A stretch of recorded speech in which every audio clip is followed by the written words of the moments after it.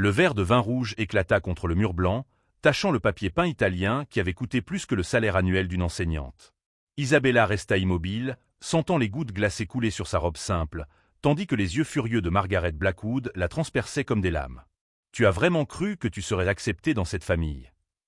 La voix de la matriarche résonna dans la salle à manger luxueuse, faisant se recroqueviller les autres invités, mal à l'aise. « Une simple serveuse qui a séduit mon fils. » Le silence était assourdissant.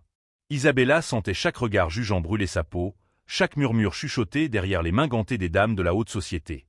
Son fiancé, Alexander Blackwood, ne leva même pas les yeux de son assiette, comme si elle était transparente. L'humiliation avait commencé dès son arrivée dans le manoir 3 heures plus tôt. Les domestiques l'avaient traité avec mépris, sa belle-sœur Rachel avait fait des commentaires venimeux sur sa robe d'occasion, et maintenant cela. La bague de fiançailles à son doigt pesait soudain comme du plomb. « Maman, s'il te plaît », murmura enfin Alexander, mais sa voix manquait de toute conviction réelle. Il ne défendait pas Isabella, il essayait seulement d'éviter un embarras supplémentaire pour lui-même. Margaret s'avança lentement, ses talons chers résonnant sur le marbre comme une sentence de mort. « Tu sais quelle est ta place, ma chère ? Parce que si tu ne le sais pas, je vais te la prendre. » Ses ongles rouges brillaient lorsqu'elle désigna la porte. « La sortie est par là. Utilise-la. » Isabella sentit les larmes lui brûler les yeux, mais refusa de les laisser couler. Pas ici, pas devant ces gens. Elle avait grandi en se battant pour chaque centime, travaillant en double dans un café pour payer ses études, rêvant d'un véritable amour. Alexander avait semblé être ce rêve lorsqu'elle l'avait rencontré 6 mois plus tôt, avec ses sourires charmants et ses promesses murmurées d'un avenir meilleur. Mais cet homme aux yeux doux qui l'avait courtisée avait disparu dès qu'elle avait rencontré sa famille. Maintenant, assis là, les épaules voûtées et le regard fixé sur son assiette, il semblait un parfait inconnu. « Je ne partirai pas », dit doucement Isabella, sa voix tremblant à peine. « Alexander m'a demandé en mariage. Je suis sa fiancée. » Rachel laissa échapper un rire cruel. « Fiancée ? Ma chère, tu n'es qu'un passe-temps.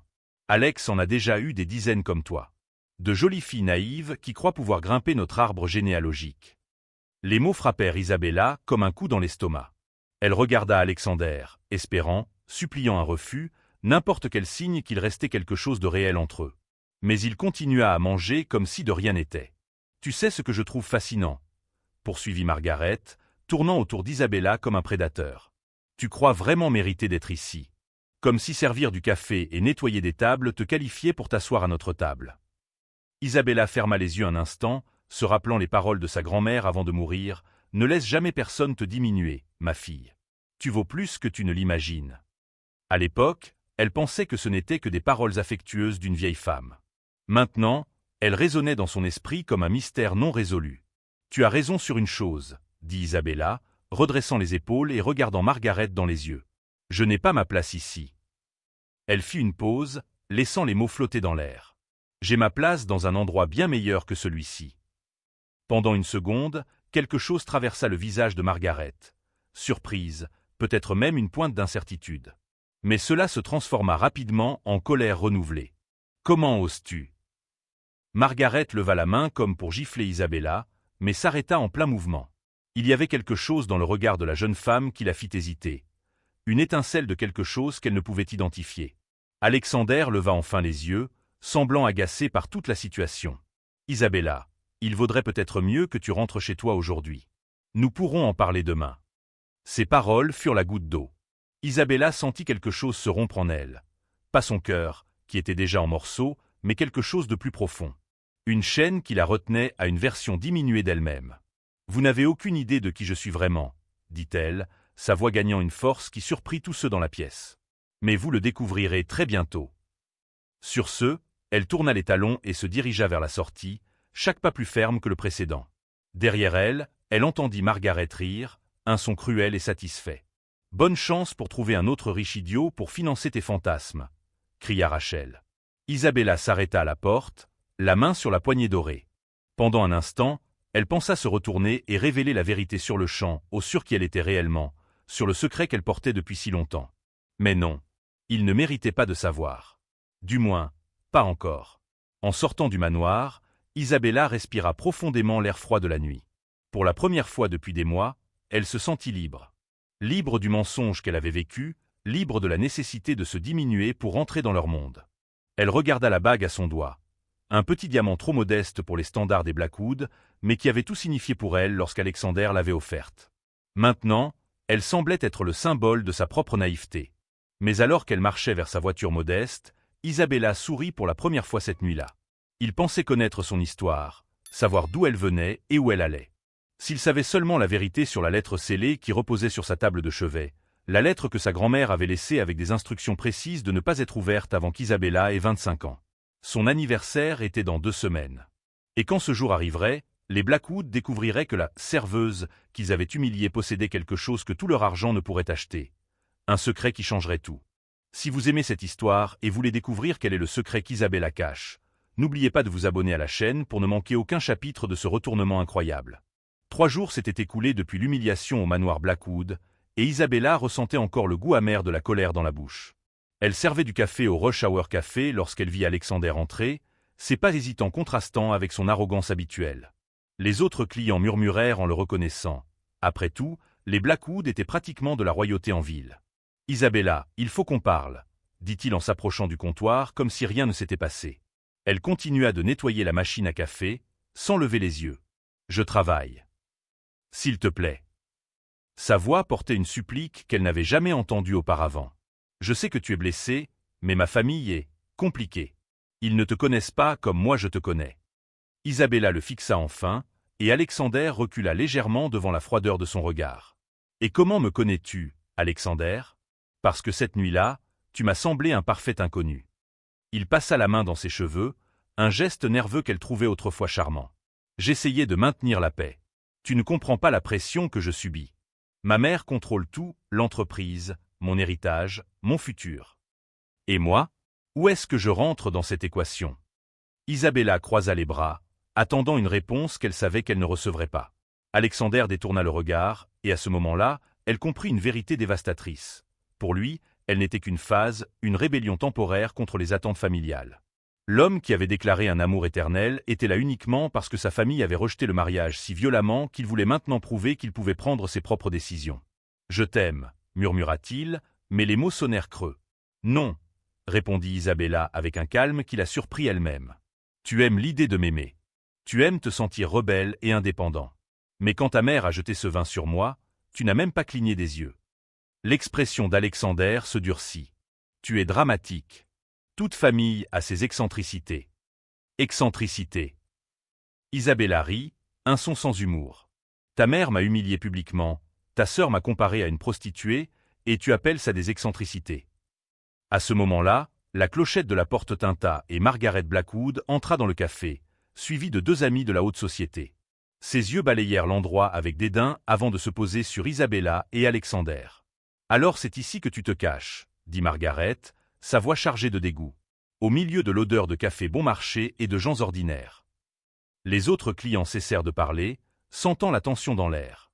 Isabella sentit tous les regards se tourner vers elle, et pendant un instant, la honte familiale commença à s'infiltrer dans sa poitrine. « Maman, tu ne devrais pas être ici, » murmura Alexander. « Je suis venu chercher mon fils, » répliqua Margaret, ignorant complètement Isabella. « Et mettre fin à cette farce une bonne fois pour toutes. » Une des amies de Margaret, une femme aux cheveux platines et aux bijoux excessifs, murmura quelque chose à son oreille.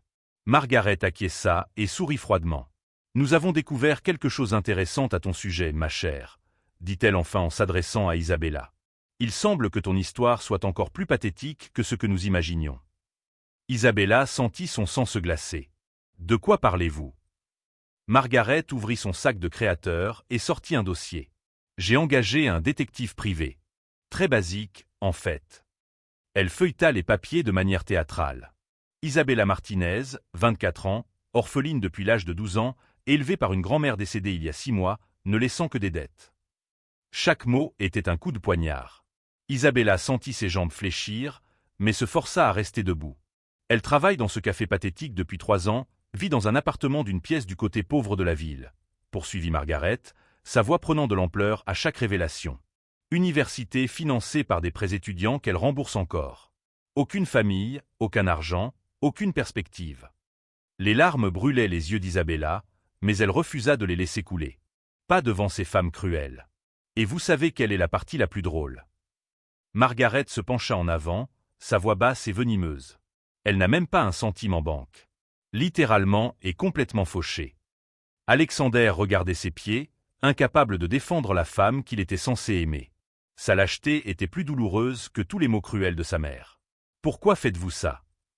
Isabella réussit enfin à parler, la voix rauque d'émotion. « Parce que j'ai besoin que tu comprennes ta place dans le monde, » répondit Margaret.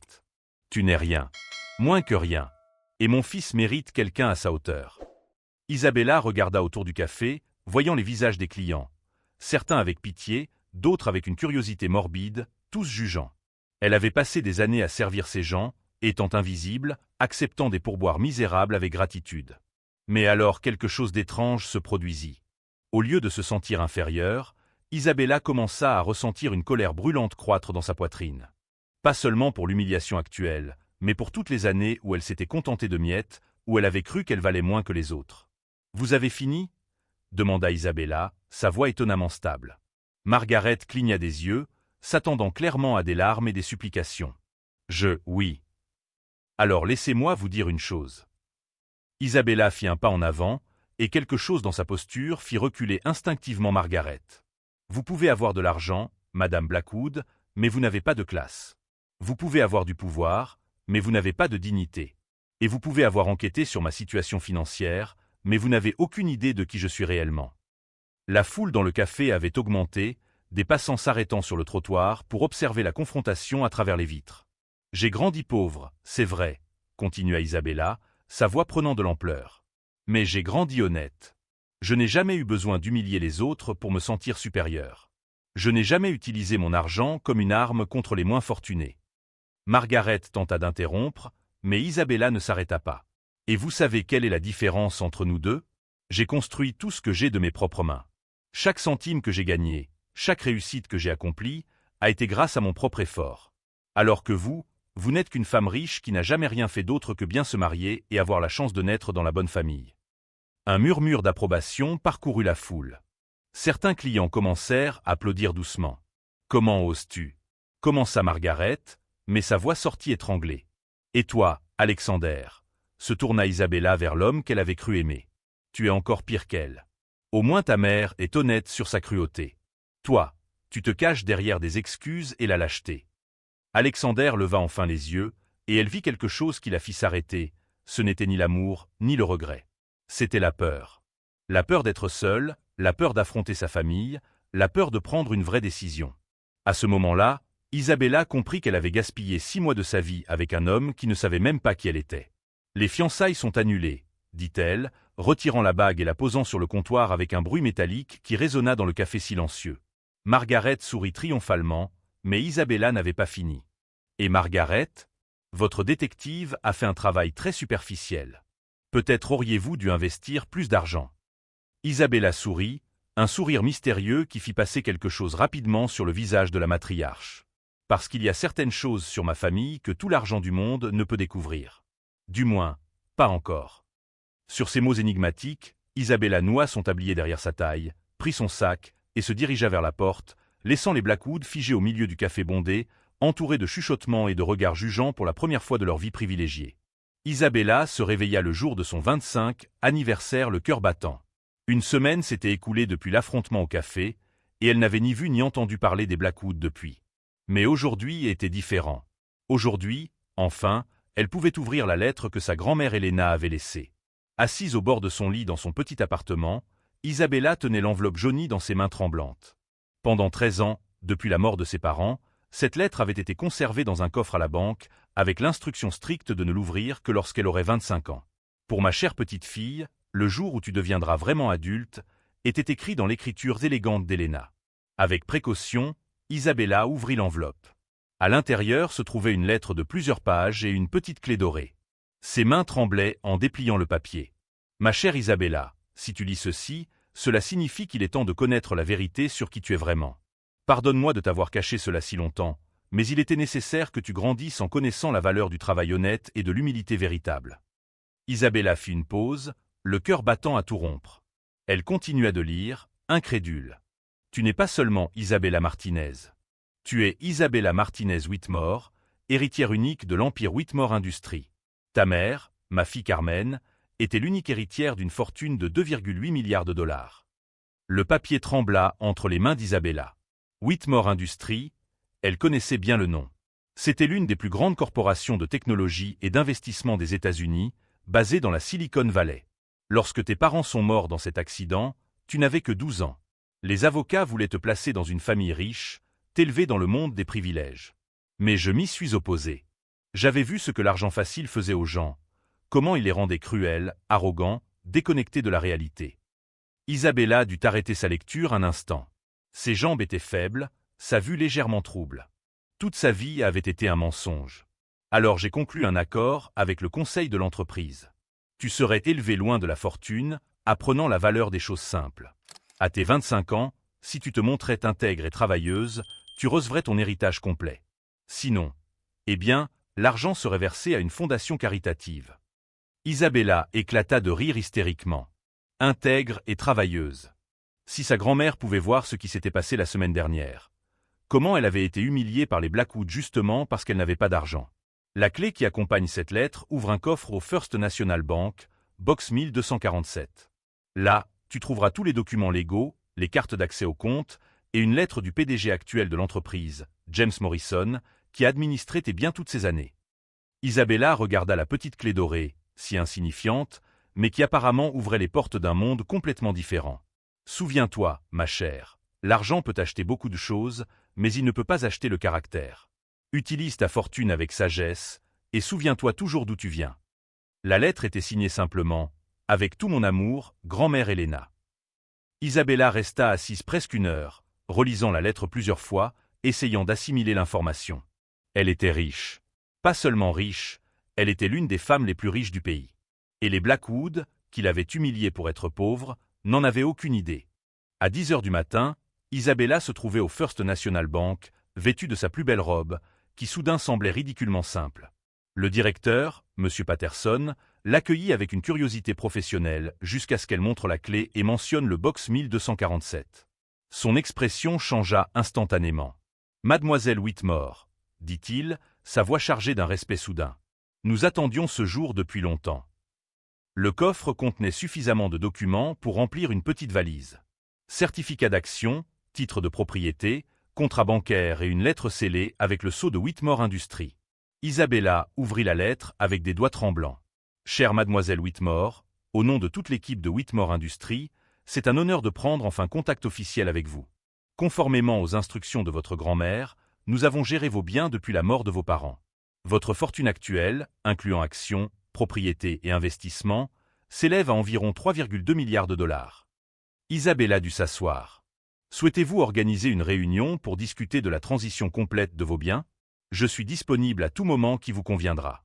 Cordialement, James Morrison, PDG. » Le téléphone d'Isabella sonna alors qu'elle assimilait encore l'information. C'était un numéro inconnu. « Allô? Mademoiselle Martinez? C'est James Morrison, de Whitmore Industries. Je sais que cela peut sembler étrange, mais nos systèmes nous ont alertés lorsque le coffre a été ouvert aujourd'hui. Je suppose que c'est votre 25e anniversaire? » Isabella parvint à peine à parler. « Oui. Merveilleux. Puis-je passer à votre emplacement dans 1 heure? Il y a beaucoup à discuter, et j'imagine que vous avez de nombreuses questions. » 45 minutes plus tard, une limousine noire s'arrêta devant la banque.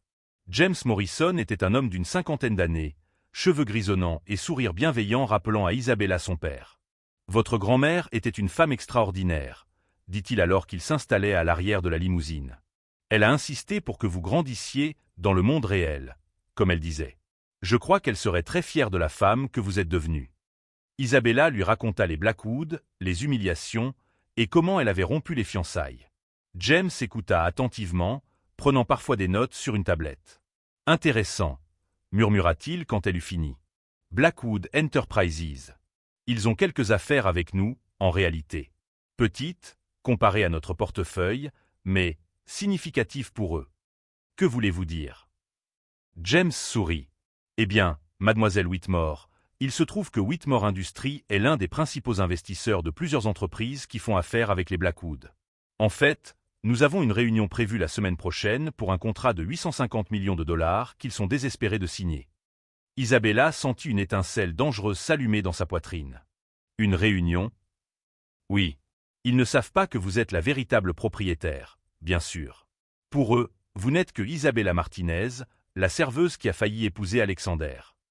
James fit une pause, étudiant son visage. Mais si vous le vouliez, eh bien, vous pourriez assister à cette réunion en tant que PDG de Whitmore Industries. L'idée était tentante. Délicieusement tentante. Il y a une condition, continua James. Votre grand-mère a laissé des instructions spécifiques sur la vengeance. Elle a dit que si vous utilisiez votre pouvoir uniquement pour nuire aux autres, la fortune devrait être donnée à des œuvres de charité. Mais si vous l'utilisez pour enseigner des leçons importantes sur l'humilité et le respect, eh bien, ce serait différent.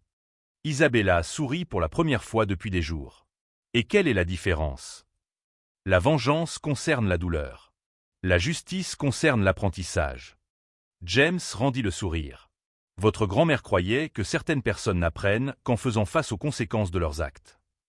Isabella regarda par la fenêtre de la limousine, voyant la ville défiler. Quelque part dehors, les Blackwood célébraient probablement le fait de s'être débarrassés de la serveuse gênante. Margaret racontait sans doute à ses amis comment elle avait remis Isabella à sa place. Ils n'avaient aucune idée que la femme qu'ils avaient humiliée contrôlait désormais leur destin financier. « Monsieur Morrison, » dit Isabella, la voix ferme et décidée. « Je souhaite assister à cette réunion. » En tant qu'Isabella Martinez ou en tant qu'Isabella Whitmore. Isabella pensa aux paroles de sa grand-mère sur le caractère et l'humilité, sur l'usage sage du pouvoir. Puis elle pensa au visage triomphant de Margaret lorsqu'elle avait lancé ce vin, à la lâcheté d'Alexander, à la cruauté calculée de toute cette famille. En tant qu'Isabella Martinez Whitmore, dit-elle, il est temps que les Blackwood apprennent que certaines leçons dans la vie viennent avec intérêt composé. James rit, un son riche et satisfait. Votre grand-mère serait définitivement fière. La salle de conférence au 47 étage du bâtiment Whitmore Industries était silencieuse, excepté par le bruit nerveux des talons de Margaret Blackwood frappant le marbre italien. Alexander ajustait sa cravate pour la 10e fois en 5 minutes, tandis que Rachel feuilletait les documents avec des mains légèrement tremblantes. « Où est le PDG » demanda Margaret, impatiente, à la secrétaire. « Nous avons rendez-vous à 3 heures précises. »« Mademoiselle Whitmore arrivera dans quelques minutes, » répondit la jeune femme avec un sourire professionnel. « Puis-je vous offrir du café ou de l'eau en attendant ?» Margaret repoussa l'offre d'un geste brusque. Ce contrat de 850 millions était crucial pour les affaires des Blackwood.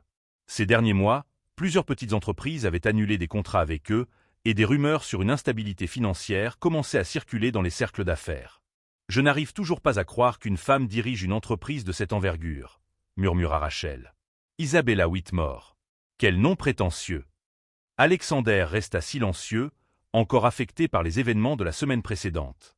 Depuis sa rupture avec Isabella Martinez, il avait réalisé à quel point sa vie semblait vide. Non qu'il l'aimât vraiment, il commençait à comprendre cela, mais elle avait été la seule personne dans sa vie à le voir comme autre chose qu'un nom de famille et un compte en banque. Les doubles portes s'ouvrirent et James Morrison entra, suivi de 2 assistants et d'une femme en tailleur bleu marine, cheveux relevés en un chignon élégant et tenant une mallette en cuir. Margaret se leva automatiquement, tendant la main pour saluer le PDG, mais s'arrêta en plein geste. Ses yeux s'écarquillèrent, choqués. « Vous » murmura-t-elle, le mot sortant comme un coup. Isabella Martinez, désormais Isabella Whitmore, sourit poliment, comme si elle voyait de vieux amis lors d'une rencontre informelle. « Madame Blackwood, quel plaisir de vous revoir. Monsieur Alexander, Rachel. » Sa voix était calme, maîtrisée, complètement différente de celle de la serveuse nerveuse qu'ils avaient humiliée. « Asseyez-vous, s'il vous plaît. Nous avons beaucoup à discuter. » Alexander s'affaissa lourdement sur sa chaise, le visage pâle comme du papier. « Cela ne peut pas être réel. »« Oh, mais c'est très réel, » dit Isabella en ouvrant sa mallette et en sortant une pile de documents. « James, peux-tu expliquer la situation à nos invités ?» James Morrison se leva, clairement prenant plaisir au moment. « Messieurs et mesdames Blackwood, j'aimerais vous présenter officiellement Isabella Martinez Whitmore, PDG et unique propriétaire de Whitmore Industries, ainsi qu'héritière d'un patrimoine évalué à 3,2 milliards de dollars. » Le silence dans la salle était assourdissant. Margaret semblait avoir arrêté de respirer, Rachel agrippait le bras de sa chaise comme si elle allait s'évanouir, et Alexander fixait Isabella comme si elle était une apparition. « Impossible », parvint finalement à dire Margaret. « Nous l'avons enquêtée. C'est une serveuse. » Une orpheline sans un sou. Isabella rit doucement. Votre enquête a été vraiment superficielle, n'est-ce pas? Vous avez découvert exactement ce que je voulais que vous découvriez. Ma grand-mère a tenu à ce que je grandisse loin des privilèges, apprenant la valeur des choses simples. Vous connaissez le concept, non? Même si peut-être pas. Vous nous avez trompés, dit Alexander, la voix rauque. Pendant tout ce temps, vous saviez qui vous étiez. En réalité, non. J'ai découvert ma véritable identité il y a seulement 3 jours, le jour de mes 25 ans. Isabella se pencha en avant, les yeux fixés sur les siens. Imaginez ma surprise en découvrant que la famille qui m'avait humilié pour être pauvre essayait en réalité désespérément de décrocher un contrat avec mon entreprise. Margaret tenta de reprendre contenance. Eh bien, maintenant que nous savons la vérité, nous pouvons recommencer. Ce malentendu peut être facilement résolu. Alexander a encore des sentiments pour toi, n'est-ce pas, chérie? Isabella se tourna vers Alexander, visiblement en sueur. Vraiment, Alexander? Tu as encore des sentiments pour moi? Ou est-ce pour mes 3,2 milliards de dollars? J'ai toujours su qu'il y avait quelque chose de spécial en toi, balbutia Alexander. Mon cœur n'a jamais menti. Nous pouvons revenir en arrière, Isabella. Nous pouvons nous marier et unir nos familles, nos affaires. Intéressant, dit Isabella en prenant des notes. Il y a une semaine, quand votre mère m'a jeté du vin dessus et m'a traité de rien, vous n'avez pas dit un mot. Quand elle m'a humilié publiquement, vous fixiez votre assiette. Mais maintenant, en sachant que j'ai de l'argent, soudainement vous avez toujours su que j'étais spécial. Rachel tenta d'intervenir. Isabella, il faut que vous compreniez que les vieilles familles ont certaines traditions, certaines attentes. Nous ne vous connaissions pas. Si nous avions su. Si vous aviez su quoi? Interrompit Isabella, sa voix prenant une force qui fit reculer tout le monde dans la salle. Si vous aviez su que j'avais de l'argent, m'auriez-vous traité avec respect? Et cela rend-il votre comportement meilleur ou pire? Personne ne répondit. Isabella se leva et marcha jusqu'à la fenêtre panoramique offrant une vue sur toute la ville. Vous savez ce que j'ai appris en grandissant, pauvre? J'ai appris que le caractère d'une personne se révèle dans la façon dont elle traite ceux qui ne peuvent rien pour elle. J'ai appris que la dignité n'a pas de prix. J'ai appris que la bonté n'a pas besoin de spectateurs. Elle se retourna vers la famille Blackwood, qui paraissait maintenant petite et insignifiante dans la salle imposante. Et vous? Qu'avez-vous appris en grandissant riche? Isabella fit une pause, mais n'attendit pas de réponse. Vous avez appris que vous pouvez acheter le respect. Vous avez appris que l'argent vous rend supérieur aux autres êtres humains. Vous avez appris qu'il est acceptable d'humilier et de détruire des gens que vous considérez inférieurs. Margaret tenta de parler, mais Isabella continua. Eh bien, aujourd'hui vous allez apprendre quelque chose de nouveau. Vous allez apprendre ce que sont les conséquences. Isabella retourna à la table et ouvrit l'un des documents. Voici le contrat de 850 millions que vous êtes venu chercher. Sans cet argent, Blackwood Enterprises s'effondrera financièrement dans environ 6 mois. J'ai fait mes recherches. Les yeux de Margaret se remplirent de larmes. S'il vous plaît, Isabella. Je sais que j'ai fait des erreurs, mais il y a des centaines d'employés qui dépendent de nous. Des familles entières. Maintenant vous vous préoccupez des gens modestes. Isabella rit, mais il n'y avait pas d'humour dans le son. Quelle convenance! Alexander se leva brusquement. Très bien, vous avez gagné. Vous avez prouvé que vous êtes plus riche et plus puissante que nous. Maintenant, que voulez-vous? Vengeance? Isabella l'observa longuement. Vous savez quelle est la différence entre vengeance et justice, Alexander? La vengeance consiste à faire souffrir. La justice consiste à enseigner des leçons. Elle prit un stylo et, d'un geste délibéré, écrivit « Annulé » en grandes lettres sur le contrat. Le contrat est annulé, annonça-t-elle. Mais pas parce que vous m'avez humilié. Il est annulé parce que vous n'avez rien appris. Margaret laissa échapper un sanglot. S'il vous plaît, ne faites pas ça. Nous pouvons changer. Nous pouvons être meilleurs. Vous pouvez. Isabella défia. Parce que je n'ai toujours pas entendu d'excuses sincères. Je ne vous ai jamais entendu admettre que vous aviez tort.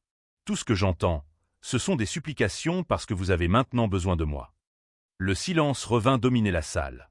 Alors, quelque chose d'inattendu se produisit. Alexander s'agenouilla. « Je vous présente mes excuses, » dit-il, la voix brisée. « Pas pour l'argent, pas pour le contrat. Je m'excuse parce que vous méritiez mieux de ma part.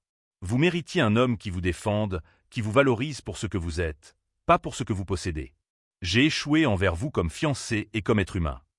Isabella cligna des yeux, sincèrement surprise.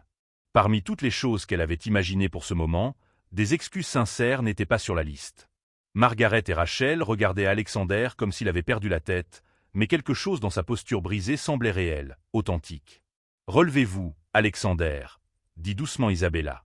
Il obéit, gardant les yeux baissés. Isabella regarda James, qui acquiesça presque imperceptiblement. Puis elle prit une deuxième mallette qu'elle avait gardée fermée pendant toute la réunion. « Il y a 2 versions de ce contrat, » dit-elle, surprenant tout le monde. L'une vaut 850 millions. L'autre vaut 400 millions.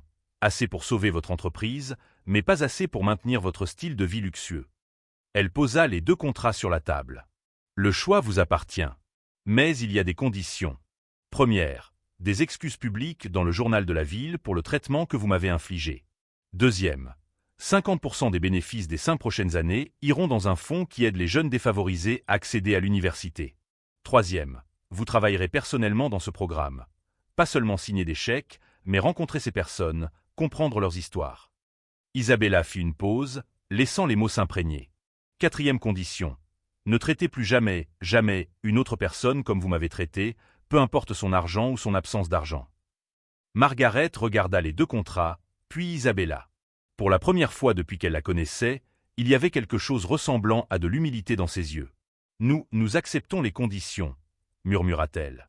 6 mois plus tard, Isabella était assise dans son nouveau bureau au sommet du bâtiment Whitmore Industries, lisant le journal du matin avec une tasse de café. Pas le café cher qu'elle pouvait désormais se permettre, mais la même marque simple qu'elle buvait autrefois au Rush Hour Café. Certaines choses, avait-elle décidé, n'avaient pas besoin de changer.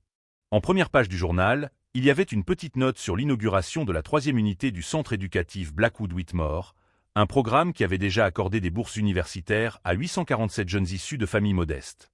La photo montrait Margaret Blackwood, visiblement plus mince et portant moins de bijoux, servant le déjeuner aux étudiants. Isabella sourit. La transformation n'avait pas été facile ni rapide, mais elle avait été réelle. Son téléphone sonna. « Isabella, quelqu'un est ici pour vous voir, » dit son assistante. « Il dit que c'est personnel. Faites-le entrer. » À sa surprise, c'était Alexander qui entra. Il avait changé, moins polissé, plus authentique d'une certaine manière. Il portait des vêtements décontractés et tenait une simple mallette, pas la mallette italienne en cuir qu'il exposait autrefois. « Bonjour, Isabella. Merci de me recevoir. » Alexander. Elle fit un geste vers la chaise en face de son bureau. « Comment puis-je vous aider ?» Il s'assit, semblant nerveux. « En fait, je suis venu vous remercier. » Isabella haussa un sourcil. « Me remercier. » Pour les 6 derniers mois. Pour le programme éducatif. Pour m'avoir obligé à grandir. Alexander fit une pause, choisissant soigneusement ses mots. « J'ai rencontré une fille dans le programme. Sarah. Elle a 19 ans, travaille à temps partiel dans un snack pour aider à payer l'université, elle étudie le génie. » Isabella attendit, intriguée de voir où la conversation allait la mener. « Et pour la première fois de ma vie, je suis tombé amoureux de quelqu'un pour ce qu'elle est, pas pour ce qu'elle possède. » Alexander sourit, un sourire sincère qu'Isabella n'avait jamais vu auparavant. « Elle ne sait pas qui je suis. Enfin, elle connaît mon nom, mais elle ne se soucie ni de la famille Blackwood ni de l'argent. Elle m'aime parce que je la fais rire, parce que je l'écoute quand elle parle de ses rêves. » Isabella ressentit une pointe de satisfaction. « Et votre mère, comment a-t-elle réagi ?» Alexander rit. « Au début, exactement comme vous vous y attendriez. Mais après 6 mois à travailler avec des étudiants comme Sarah, quelque chose a changé en elle aussi. Hier, elle m'a demandé quand j'allais la présenter à la maison pour dîner. C'est surprenant. Les gens peuvent changer, Isabella. Pas tous, pas toujours, mais certains peuvent. Vous m'avez donné cette opportunité alors que vous auriez pu simplement me détruire. » Alexander se pencha en avant.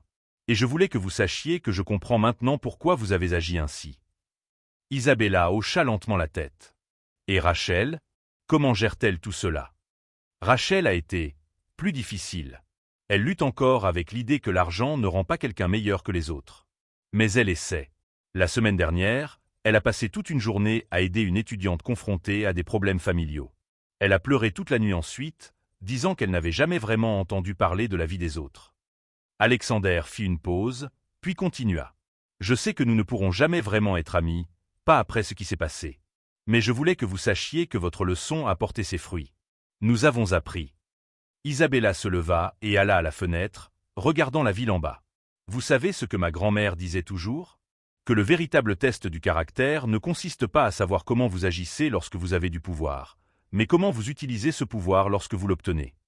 Votre grand-mère était une femme sage. Elle l'était. Isabella se retourna vers Alexander. Et elle serait fière de savoir que votre fortune n'a pas été utilisée seulement pour la vengeance, mais pour changer véritablement des vies. Alexander se leva pour partir, mais s'arrêta à la porte. Isabella, vous êtes-vous déjà demandé ce qui se serait passé si je vous avais défendu cette première nuit? Si j'avais été l'homme que vous méritiez dès le début? Isabella considéra la question un instant. Parfois. Mais ensuite je réalise que peut-être les choses devaient se passer exactement comme elles se sont passées. Si vous m'aviez défendu, je n'aurais jamais découvert ma propre force. Si votre famille m'avait accepté, je n'aurais jamais appris ma propre valeur. Elle sourit. Et peut-être que vous n'auriez jamais appris à aimer quelqu'un vraiment. Après le départ d'Alexander, Isabella retourna à son bureau et ouvrit son ordinateur portable. Elle avait une visioconférence dans 20 minutes avec l'équipe de Sao Paulo sur l'expansion du programme éducatif au Brésil. James avait suggéré de commencer par des villes plus petites, où l'impact serait plus visible. Mais d'abord, elle vérifia ses messages personnels. Il y avait un message du docteur Martinez, non, du docteur Michael Martinez, un chirurgien cardiaque qu'elle avait rencontré 3 mois plus tôt lors d'un événement caritatif. Il ne savait rien de sa fortune quand il l'avait connue. Pour lui, elle était simplement Isabella, la femme intéressante qui travaillait dans les affaires et posait des questions intelligentes sur son travail à l'hôpital public. Nous avons toujours rendez-vous pour dîner ce soir? J'ai trouvé un petit restaurant mexicain que je pense que vous allez adorer. La nourriture est simple, mais faite avec amour. Miguel. Isabella sourit en tapant sa réponse. J'ai hâte. J'aime les endroits où la nourriture est faite avec soin. C'était drôle comme la vie fonctionnait. Pendant 6 mois avec Alexander, elle avait essayé de s'adapter à son monde de restaurants chers et de conversations superficielles. Avec Miguel, elle pouvait être complètement elle-même. La femme qui avait grandi en appréciant la nourriture maison et les conversations profondes sur des choses qui comptaient vraiment. Le téléphone sonna de nouveau. Isabella, la journaliste du Times, est ici pour l'interview sur le programme éducatif. Faites-la entrer. La journaliste était une jeune femme, clairement nerveuse d'interviewer l'une des personnes les plus riches du pays. Isabella tenta immédiatement de la mettre à l'aise, lui offrant du café et s'enquérant de son parcours. Mademoiselle Whitmore, nos lecteurs sont curieux de votre histoire. Vous avez grandi loin des privilèges, n'est-ce pas? Oui. Ma grand-mère pensait qu'il était important de comprendre la valeur des choses simples avant d'hériter d'une fortune. Isabella fit une pause. Et elle avait raison. Certaines des leçons les plus précieuses que j'ai apprises venaient de mon travail dans un café, de mes efforts pour payer mes factures, de la compréhension de ce que c'est de ne pas savoir d'où viendra le prochain repas. Et cela influence-t-il la façon dont vous gérez vos affaires maintenant? Complètement. Quand on sait ce que c'est que de travailler pour chaque centime, on comprend la véritable valeur de l'argent. Quand vous avez été traité comme moins que les autres, vous n'oubliez jamais comment cela fait mal. Isabella se pencha en avant. La richesse est une responsabilité, pas un droit. Elle doit être utilisée pour élever les autres, pas pour les abattre. Il se murmure que vous envisagez de donner une grande partie de votre fortune au cours de votre vie. Est-ce vrai? Isabella sourit. Ma grand-mère disait toujours que l'on ne peut pas emporter l'argent à sa mort, mais que l'on peut emporter la connaissance d'avoir bien utilisé sa vie. Donc oui, une grande partie de la fortune Whitmore sera utilisée pour l'éducation, pour donner des opportunités aux jeunes qui, comme moi, ont grandi sans privilèges mais avec de grands rêves. Après le départ de la journaliste, Isabella resta seule dans son bureau, réfléchissant au parcours des derniers mois. Il y avait eu des moments, surtout les premiers jours après avoir découvert son identité, où elle avait ressenti de la colère. Colère pour les années perdues, colère pour les humiliations inutiles, colère d'avoir été tenue dans l'ignorance sur son propre héritage. Mais maintenant, elle comprenait la sagesse de sa grand-mère. Si elle avait grandi riche, serait-elle devenue comme les Blackwood? Aurait-elle développé la même arrogance, la même déconnexion de la réalité de la plupart des gens? Son téléphone vibra avec un message de Miguel. « Je suis à l'hôpital, mais je n'arrête pas de penser à toi. Ton rire résonne encore dans ma tête depuis hier soir. » Isabella sourit, ressentant une chaleur dans sa poitrine qu'elle n'avait jamais ressentie avec Alexander. Le véritable amour, avait-elle appris, n'avait rien à voir avec l'argent ou le statut. Il s'agissait de quelqu'un qui te voit, vraiment te voit, et choisit de rester. Elle regarda à nouveau par la fenêtre, observant les gens marcher dans les rues en contrebas. Des cadres pressés, des étudiants portant de lourds sacs à dos, des travailleurs rentrant chez eux. Chacun avec sa propre histoire, ses propres rêves, ses propres combats. « N'oublie jamais d'où tu viens », avait écrit sa grand-mère. Isabella n'oublierait jamais. Et surtout, elle n'oublierait jamais la leçon la plus précieuse de toutes. Le véritable pouvoir ne vient pas de l'argent que vous possédez, mais de la façon dont vous choisissez de l'utiliser pour rendre le monde meilleur. À 6 heures, Isabella éteignit son ordinateur, prit son sac simple, le même qu'elle utilisait lorsqu'elle travaillait au café, et se dirigea vers l'ascenseur. Elle avait rendez-vous avec un homme merveilleux qui l'aimait pour ce qu'elle était, pas pour ce qu'elle possédait. Et pour la première fois de sa vie, elle savait exactement combien cela valait. Si vous êtes arrivé jusqu'ici dans cette incroyable histoire de transformation et de justice, n'oubliez pas de vous abonner à la chaîne pour découvrir d'autres histoires montrant que la véritable valeur d'une personne ne peut jamais être mesurée par là.